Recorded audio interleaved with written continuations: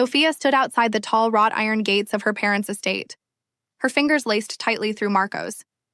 He gave her hand a reassuring squeeze, and she smiled at him, grateful for his steadiness. The mansion behind the gates gleamed in the late afternoon light, all sharp edges and polished windows. The kind of place that looked like it never allowed imperfections, not even in the grass.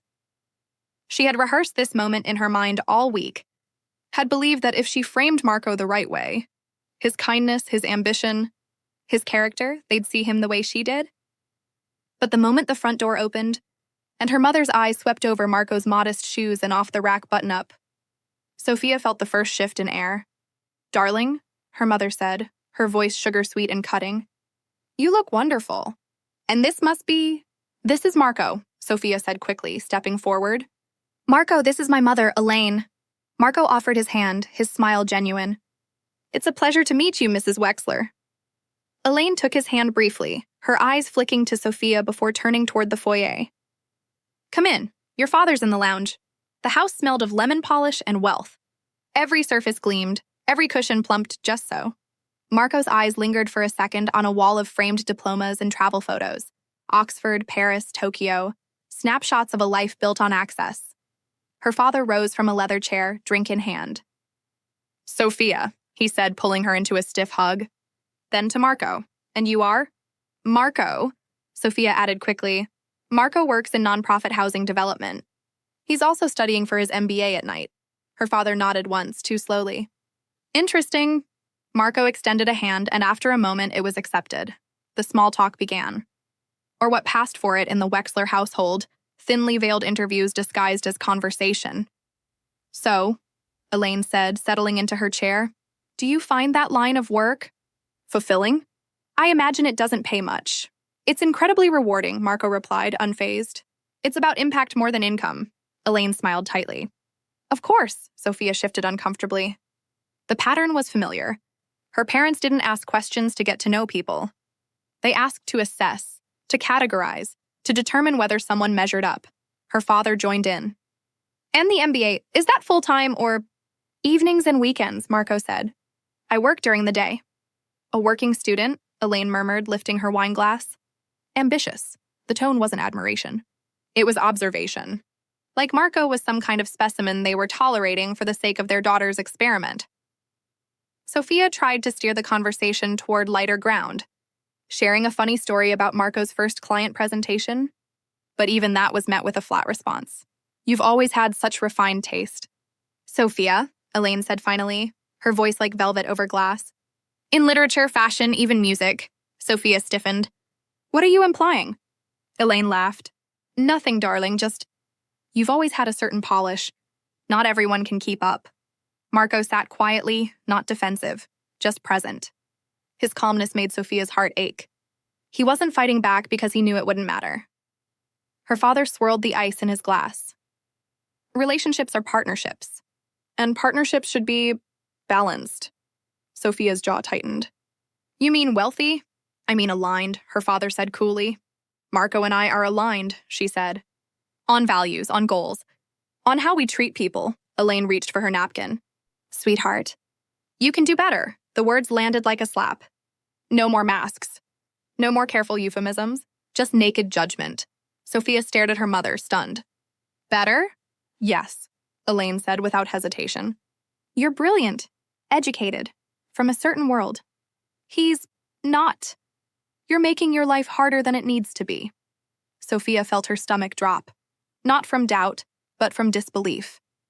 "You're dismissing him because he didn't grow up in a house like this?" Elaine met her eyes.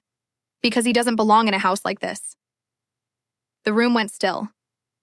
Even her father looked uncomfortable now. Marco stood, slow and composed. "Thank you for having me," he said quietly. Sophia rose too. "We're leaving." Elaine didn't stop them. Her father just looked down at his drink. Outside, the sun had dipped below the hedges. The gates closed behind them with a soft mechanical whir. "I'm sorry," Sophia whispered. Marco shook his head. "Don't be. You showed up for me. That's what matters." Sophia looked at him, really looked, and something in her steadiness returned. "I did. And I will again." They walked away from the estate together, the silence between them no longer heavy, but brimming with quiet resolve. The invitation came as a text. No warmth, no context. Just 4 words from her mother. Come home. Family meeting, Sophia stared at the screen. She already knew what it was about. The quiet scorn at dinner, the clipped tone in her father's voice, the pitying glance her brother had given her at brunch last week.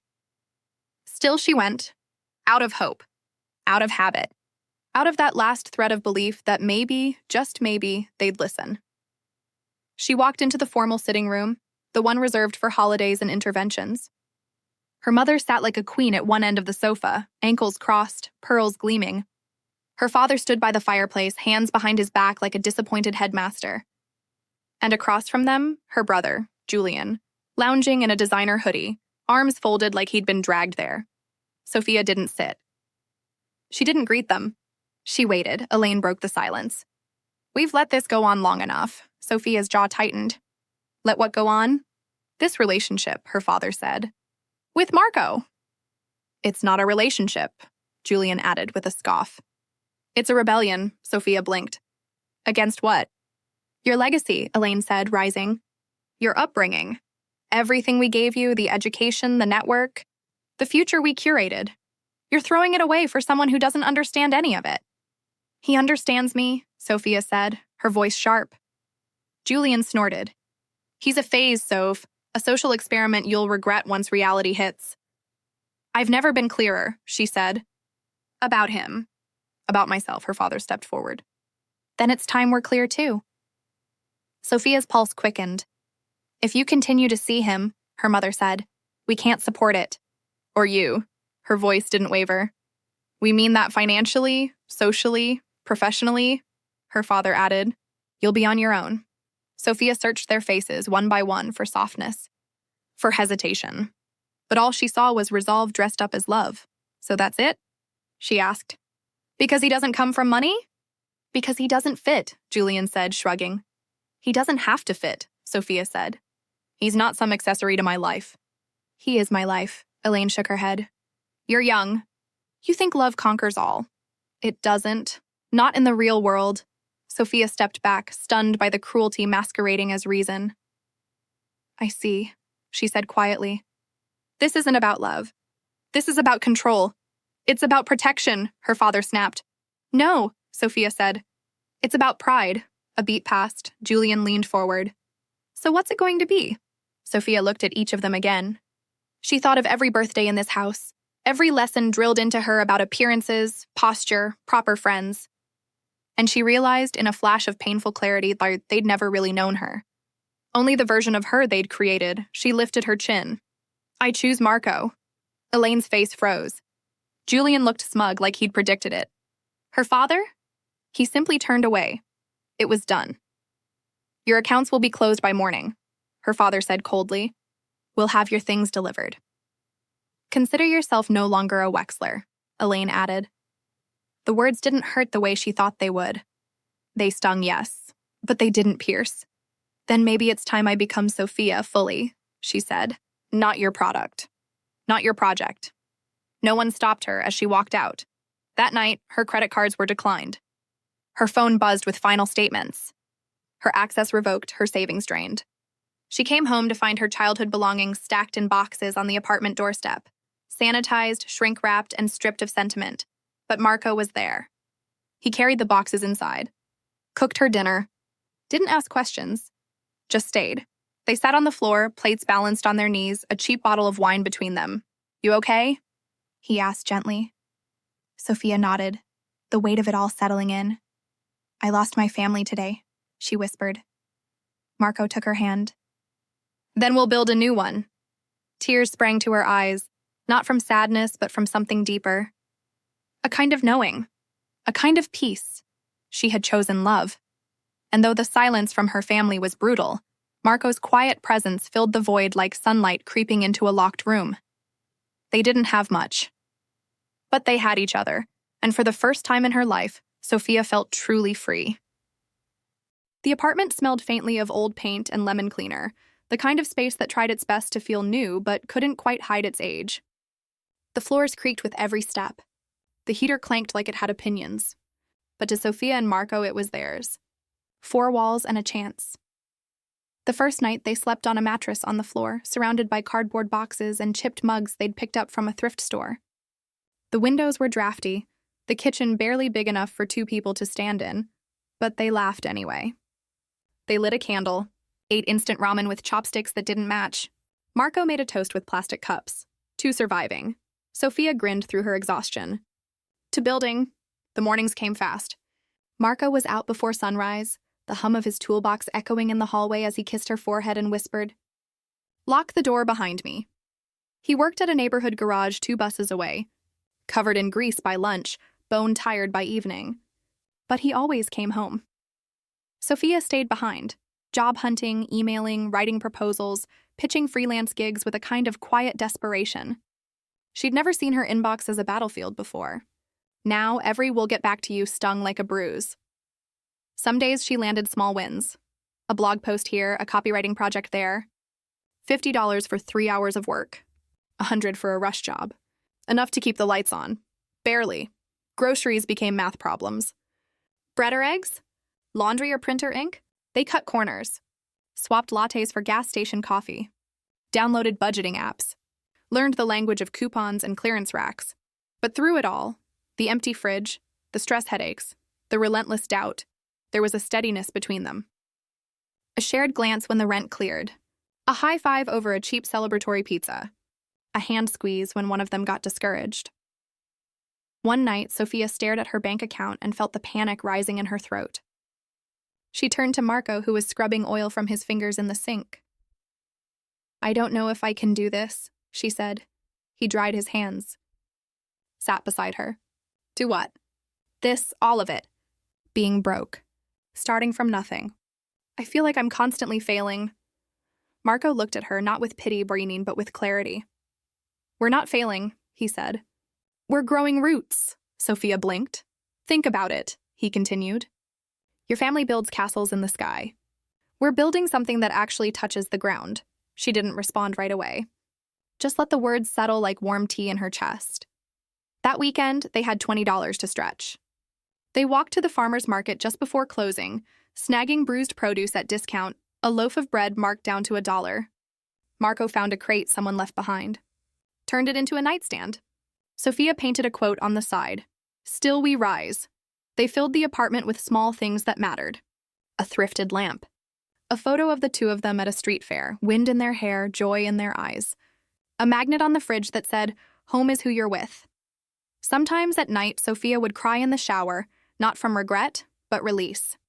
The girl who once dined on filet mignon was now boiling pasta in a scratched pot, but the table she sat at felt real, solid, honest.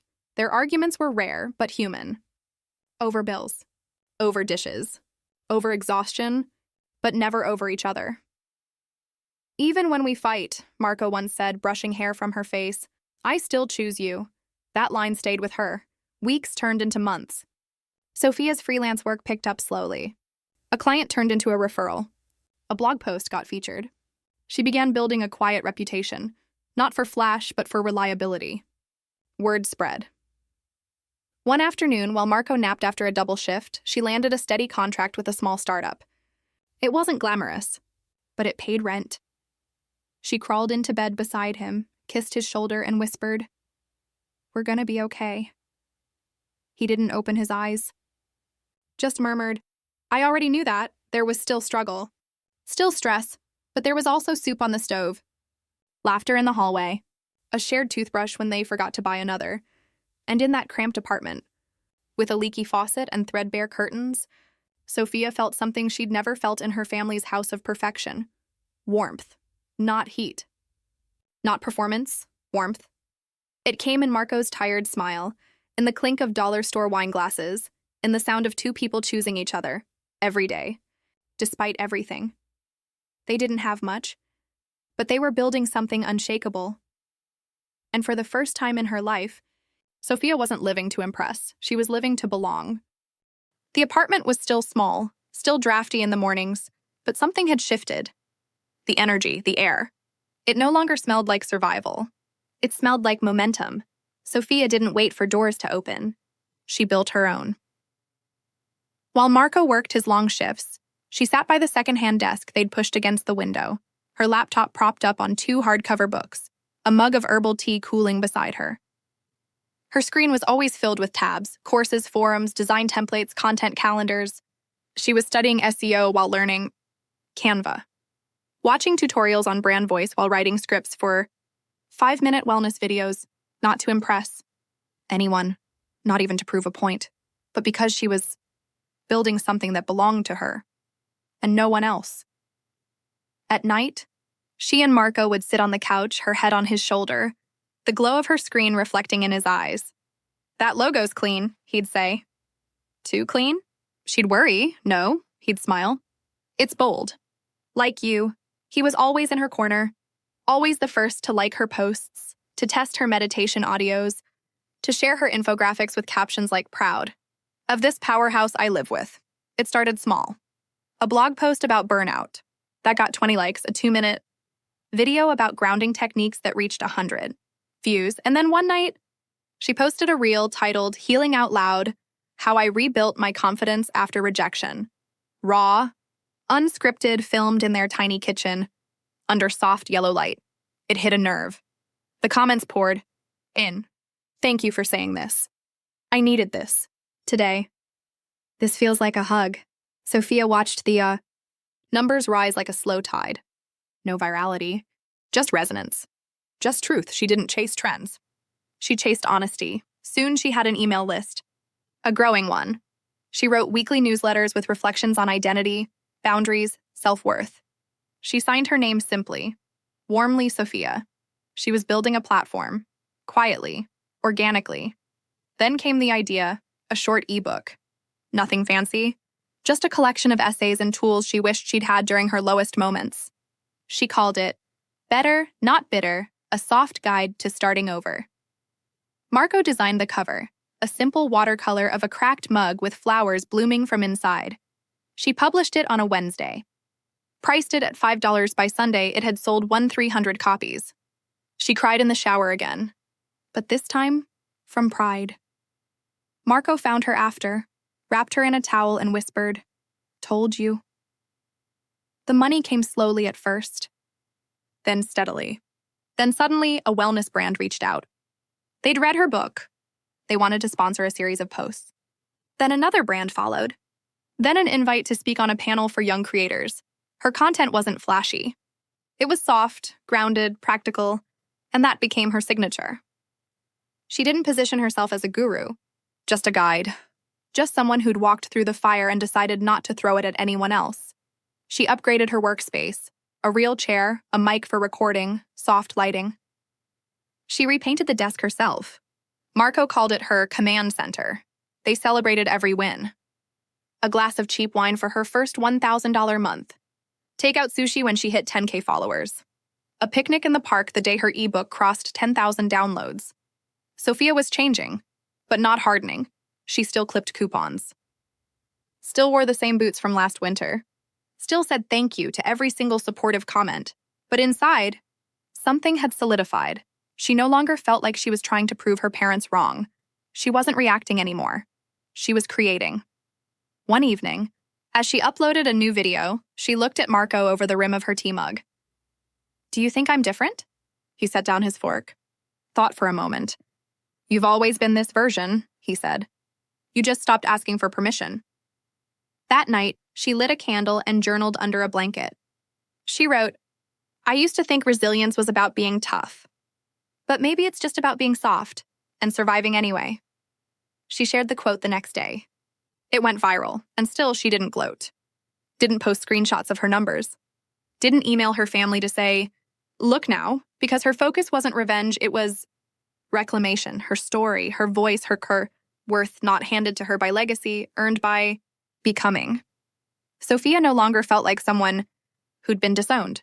She felt like someone who'd come home to herself and the strange, beautiful thing. The girl who was once called too sensitive was now teaching the world that sensitivity was strength. She didn't become bitter. She became better, and she did it with grace. The first rumor reached her through a mutual friend, a woman Sophia barely knew but had once shared a table with at a charity luncheon, back when appearances mattered. She said you were Finding yourself? The woman had laughed, swirling her wine. You know how mothers are, always worried. She said you moved into a tiny apartment with that guy. The mechanic? Sophia just smiled. She didn't explain. Didn't correct. Just nodded politely and excused herself to the restroom. The gossip came in waves after that. Her brother, Julian, had apparently made a joke at a networking event. Something about Sophia ditching legacy for lug nuts.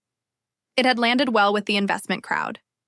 People still laughed at women when they followed love over lineage. Someone else, her mother's cousin, mentioned hearing that Sophia was writing blogs now, as if it were a euphemism for unemployment.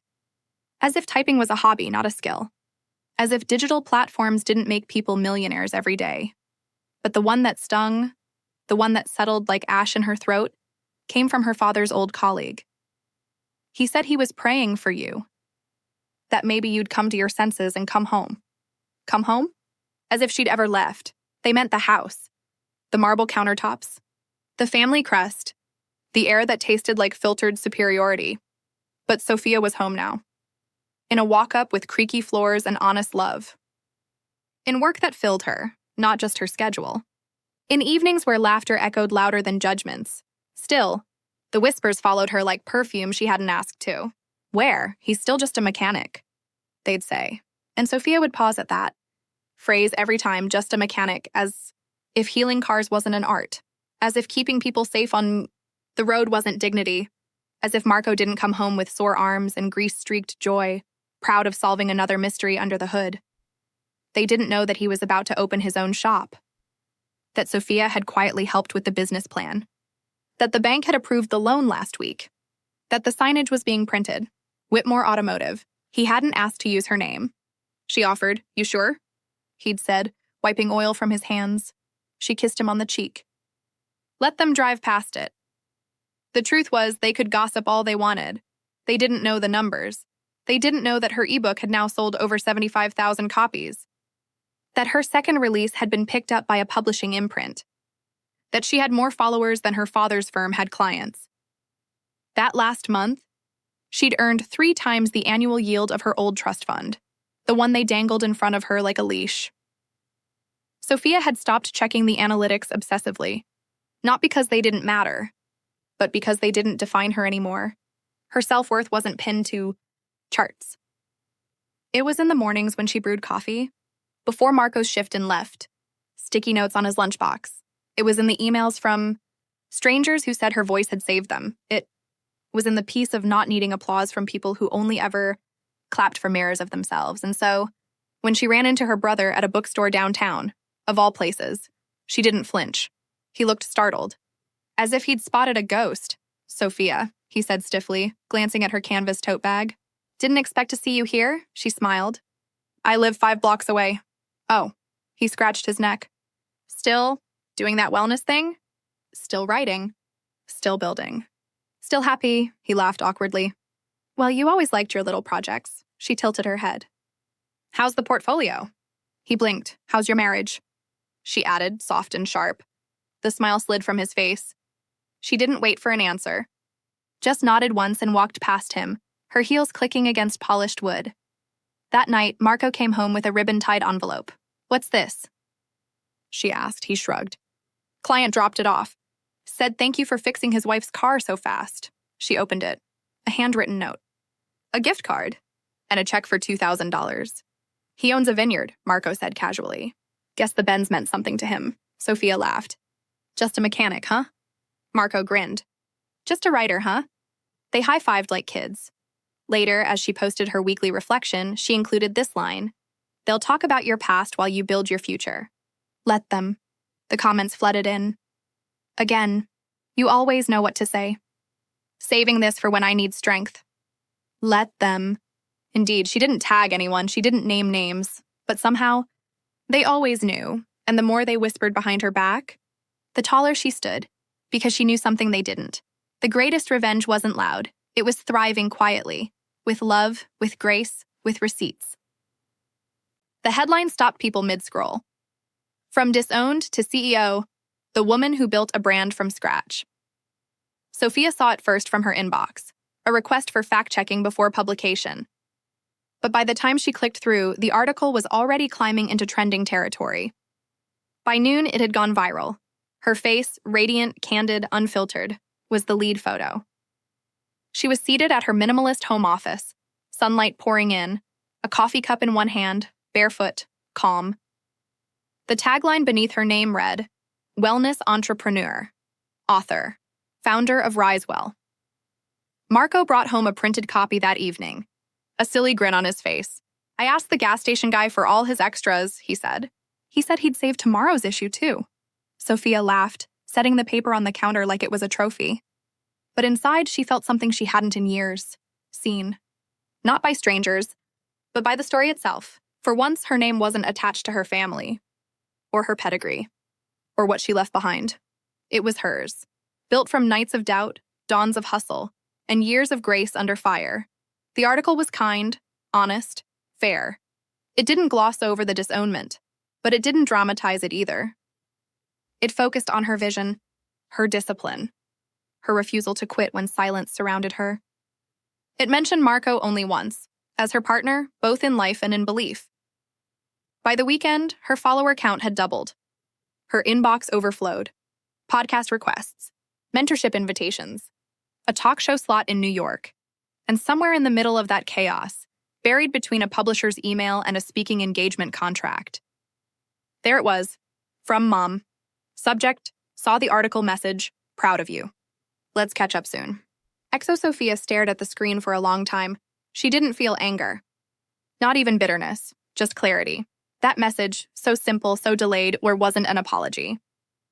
It wasn't accountability. It wasn't recognition of all the nights she'd cried silently in a thrifted bed, wondering if love was really worth the price of her family. It was optics. It was, now that you're somebody again, let's play pretend. But Sophia wasn't pretending anymore. She didn't respond. She marked it as read and closed her laptop. Marco handed her a glass of wine and kissed the top of her head. "Everything okay?" She nodded. "Better than okay." They curled up on the couch that night, watching reruns of the same show they binged during their ramen and rent days. The carpet was still the same scratchy texture. The walls still chipped in the corners.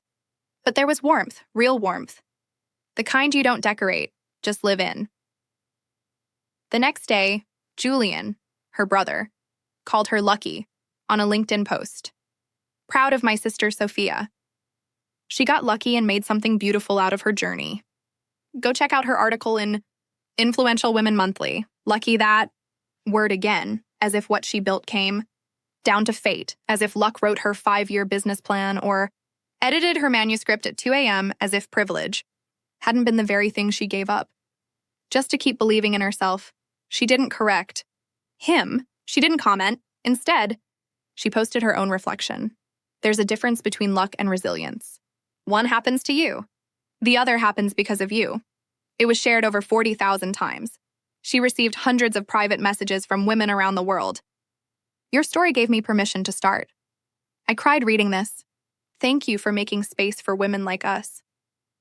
I've never seen someone describe success so softly and so powerfully. Sophia screenshotted them. Saved them in a folder called Quiet Wins. She didn't need her family's approval anymore. She had built something louder than their praise. Peace. A few weeks later, an unexpected email arrived from a high school acquaintance. Subject line, your sister got lucky, huh? Guess I'll take my shot too. Inside was a screenshot of her resignation letter and a thank you note. Sophia sat with it, letting the ripple hit. She wasn't just surviving. She was activating others. That evening, Marco popped champagne. For what? She laughed. For not letting the noise stop you. They toasted in their kitchen to the very table they built. Not out of spite, but out of purpose. Outside, the world still talked.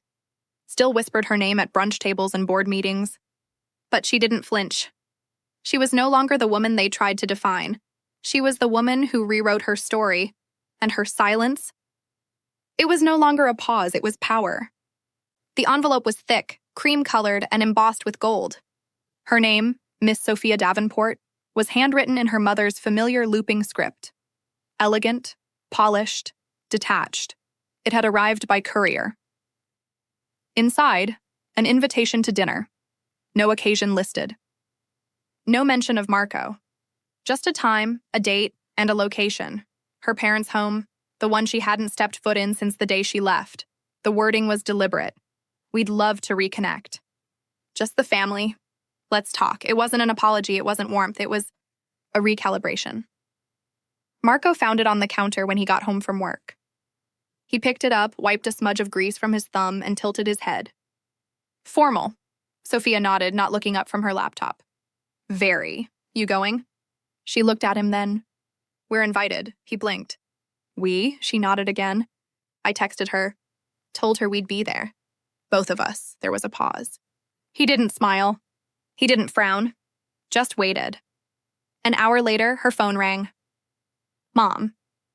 Sophia let it buzz twice before answering. Hi, Mom. A brittle warmth filled the other end. Darling, I got your text. That's wonderful. She waited. Her mother cleared her throat. We were just thinking perhaps something smaller might be better. You know, just you and your father and I. Easier to talk. Less distraction. Sophia's voice was even. Is Marco a distraction? No, of course not. We just thought, well, maybe a quiet lunch first. Then we can ease into things. Ease into what? Her mother paused. Rebuilding, Sophia didn't blink. Marco is part of the rebuild. No him, no me. There was silence on the line, tight, measured. Then, well, if you feel strongly, I suppose we could reconsider. Sophia exhaled through her nose. I'm not asking you to. What does that mean? It means if he's not welcome, I'm not coming. Another pause.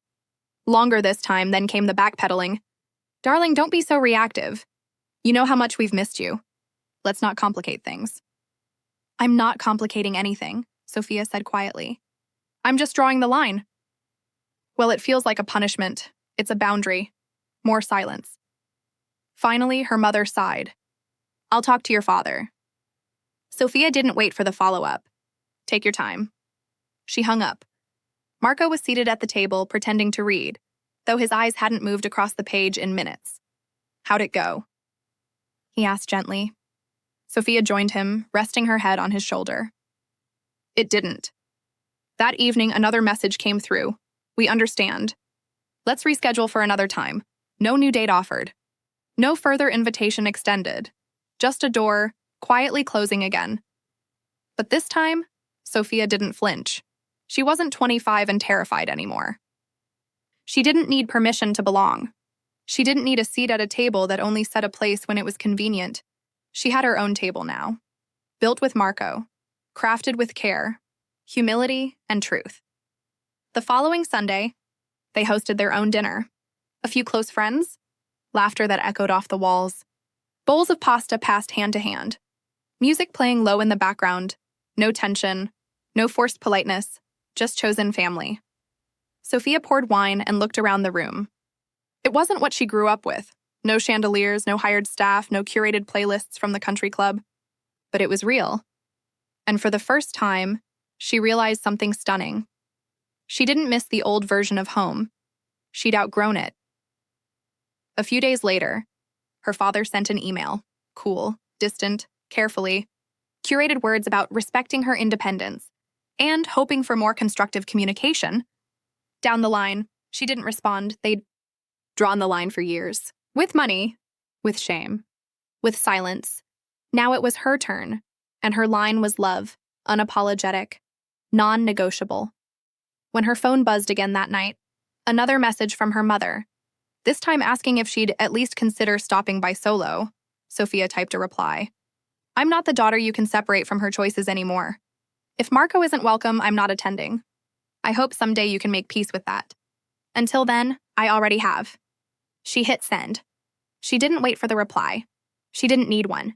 The door had closed, but her world had opened. The lights shimmered off crystal chandeliers as violinists tuned their strings in the corner.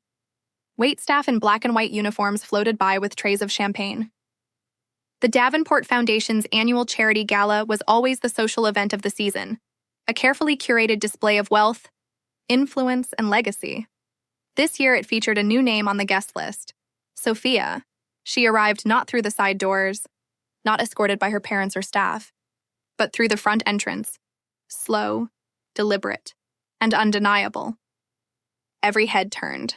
Her gown was midnight silk, hugging her frame like it was stitched by intention. Diamond studs sparkled at her ears, subtle, not showy. Her heels clicked like punctuation across marble floors. But it wasn't the dress or the jewelry. It was the presence. And the man beside her. Marco wore a tailored charcoal suit with a quiet confidence that made it look like he'd worn one all his life. He didn't fidget, didn't shrink. His hand rested lightly on the small of Sophia's back, protective, proud, equal. They were stopped halfway to the ballroom. Sophia? Her mother's voice, low, cautious. Sophia turned. Her parents stood near the check-in table. Her mother in satin blue. Her father in a sharp tuxedo. They looked polished, pulled, poised, but the cracks were showing. Sophia smiled faintly. "Good evening." Her mother's eyes flicked from her earrings to her heels, then to Marco. "You look expensive?" Sophia's smile didn't falter. "Success suits me." Her father cleared his throat. "Didn't expect you so early?" "I was invited," she said simply.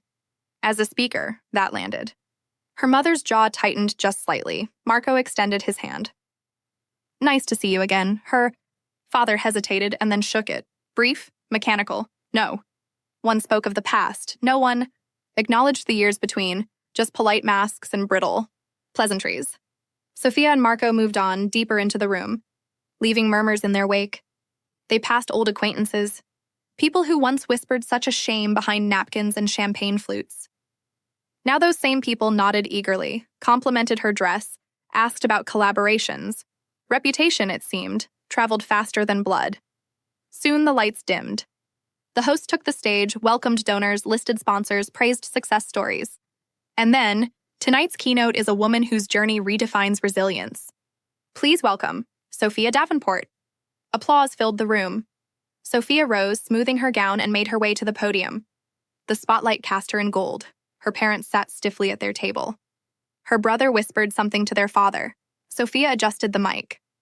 "Good evening," she began, her voice smooth. "Thank you for having me. I'm honored to be here, not just as a guest, but as someone who once stood on the outside looking in." Silence swept the room. She continued. "A few years ago, I was told that love without a pedigree is foolish. That choosing partnership over pedigree was failure. That exile was inevitable. She didn't look at her parents. She didn't need to. But exile taught me something legacy never could. It taught me to build. Not just wealth but worth. Not just business but belonging." Murmurs. Shifting in chairs. Faces stiffening. I wasn't supposed to win. Not by the rules I was raised with. But I learned to play a different game. And eventually, I built an empire out of everything I was told to discard. Now the applause rose. Slow but steady. Sophia smiled. And the man they once called a phase? She gestured gently toward Marco, who nodded from their table. "He's now my partner in business and in life. The one who stood by me when everyone else walked away." Gasps rippled. Some mouths hung open. Still, she didn't flinch. She ended simply, "You can't shame someone who's already learned to love herself in the dark. Because when she returns to the light, it's not to beg. It's to shine." Thunderous applause. She stepped down. The cameras flashed. Reporters took notes. Influencers live posted. But none of it mattered. She'd already said what she came to say. Back at the table, Marco stood as she approached. He took her hand, kissed her temple. "You were brilliant." I was honest. Behind them, her mother stared down at her wine glass. Her father scrolled his phone, pretending perhaps not to care. They didn't come over, they didn't clap, but they didn't leave either, because something had changed. The girl they once pushed out now commanded the room they tried to keep her from. Later, outside on the terrace, a few guests lingered in the evening air. One woman whispered to Sophia as she passed, "Thank you." "That was for all of us." Sophia squeezed her hand. "It was for the woman I used to be." Inside, her parents remained seated, stunned, still. She didn't look back. She didn't need to. She had already arrived. It started with a text from her brother. A long paragraph, unusually thoughtful, laced with phrases like, "We miss you," and "Let's rebuild." Buried toward the end was the real ask. Would Marco be open to joining us too? I think it would mean a lot. Sophia read it twice. Not because she didn't understand, but because she did. This wasn't about Marco. Not really. It was about proximity, influence, glow. She left the message unread for a day. Then two. On the third day, an email arrived from her mother. We're thinking of hosting a small family dinner. Just us, just to talk. If you and Marco are available, we'd love to see you. No apologies, no accountability. Just soft pleas wrapped in olive-toned font and curated punctuation. Sophia forwarded it to Marco. His response came 10 minutes later. Your call. But if we go on our terms, she smiled at the screen. Then typed her reply, agreed. The dinner was set for Sunday evening. Early autumn. The sky turning the color of old honey. Leaves swirling on the pavement. Sophia dressed simply. A knit dress in charcoal gray, hair in a low bun. No jewelry except the ring Marco gave her when they moved into their first apartment. It still caught the light like a promise. Marco wore a navy button-down, sleeves rolled, the watch she gave. Him after his shop opened snug around his wrist. They didn't speak. Much on the drive.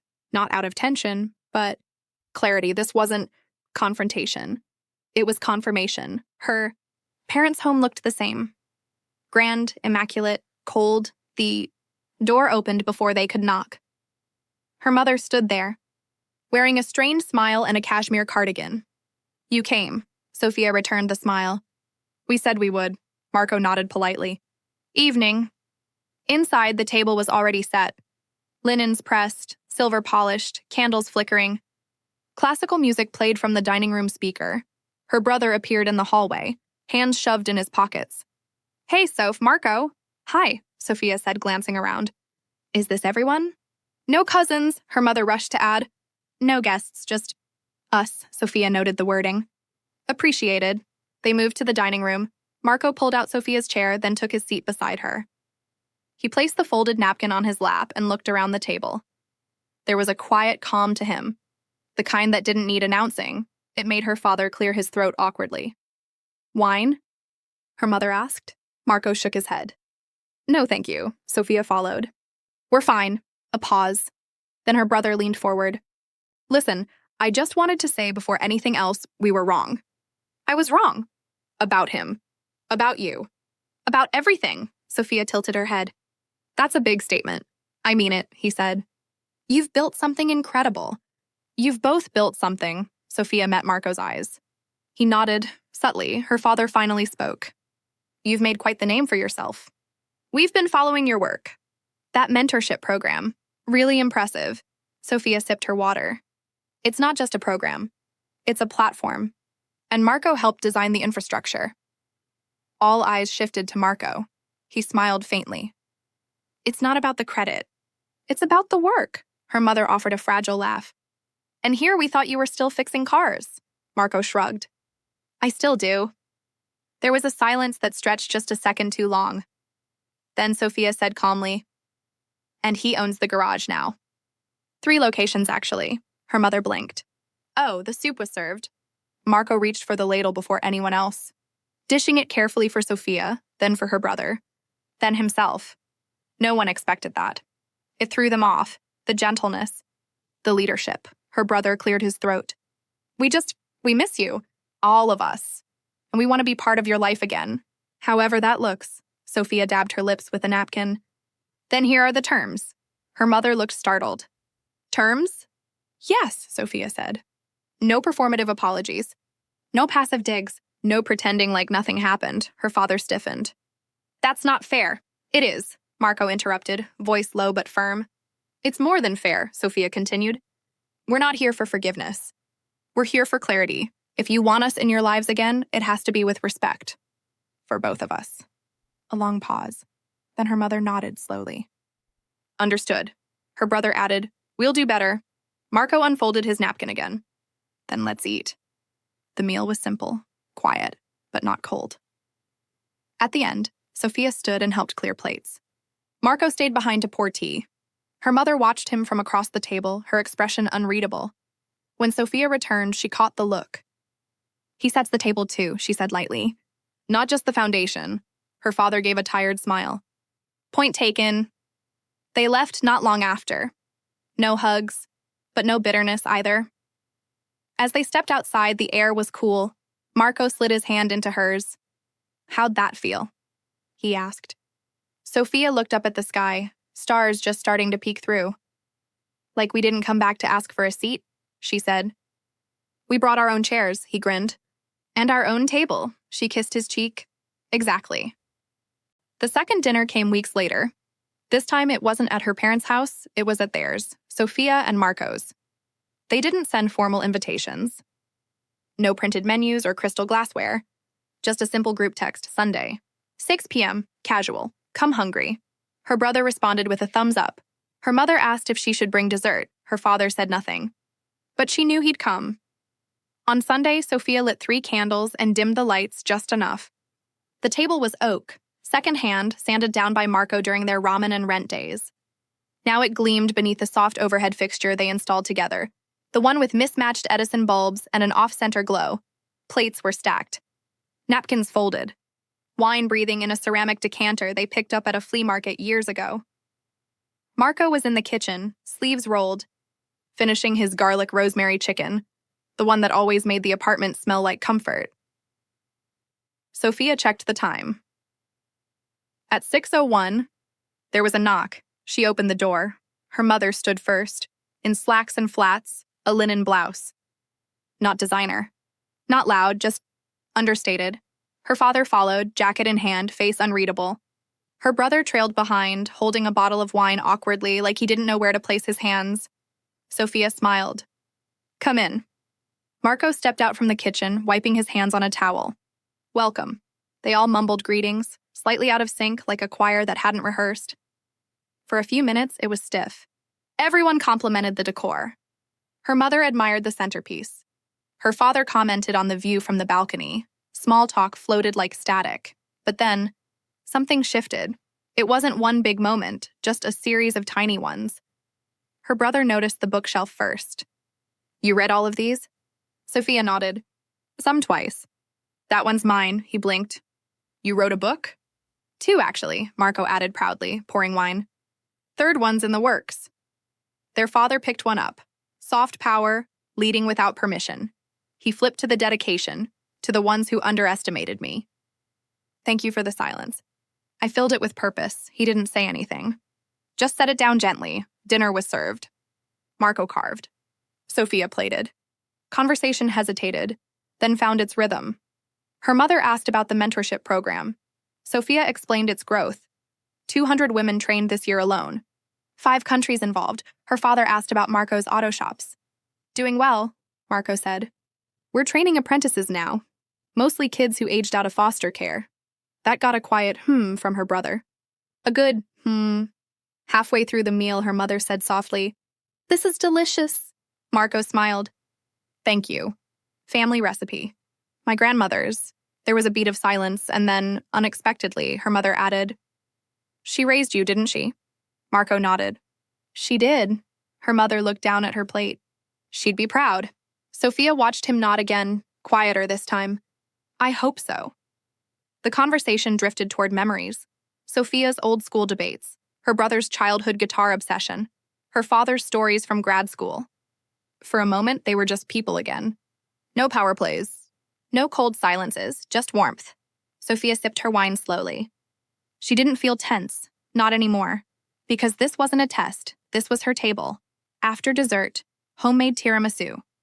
Marco had prepped the night before. They lingered in the living room. Her brother browsed the records near the fireplace. Her mother helped clear the plates. Her father scrolled through Sophia's book reviews on his phone, occasionally nodding to himself. Then, while Sophia stood near the sink drying a dish, her mother came beside her and said it, so softly. It barely rose above the clink of ceramic. "He's not what I expected." Sophia turned slightly. Met her eyes, she smiled. "Neither am I." Her mother didn't reply. But she didn't need to. There was something raw in her expression, not regret exactly. But recognition, a quiet "I see you now," and that was enough. They left soon after. Long hugs, real ones. Her brother even joked, "Next time I'm bringing dessert." Unless Marco's cooking again, Sophia laughed. He's always cooking. The door closed behind them, and just like that, the house was quiet again, not empty, just peaceful. Marco appeared beside her. You okay? She leaned into him, resting her head on his shoulder. I'm great. They stood like that for a while. Then he asked, Do you think they changed? Sophia thought about it. Maybe, maybe not. But I changed. That's what matters. He kissed the top of her head. You set this table, Soph, from scratch, she nodded. And I filled every seat with intention. Later that night, she sat at her desk journaling, a ritual she hadn't let go of even now. The page filled with quiet reflections. They told me to choose. Him or them. I chose myself, and that led me to him. Now they're asking for seats at the table I built without them, and maybe I'll make room. But the head of the table? That's mine now. She closed the journal. Outside, the city shimmered. Inside, the house pulsed with quiet joy. Not the kind that begs to be seen, but the kind that settles in your bones and whispers. You made it. Sophia turned out the light. Dinner was over. But her story, still being written,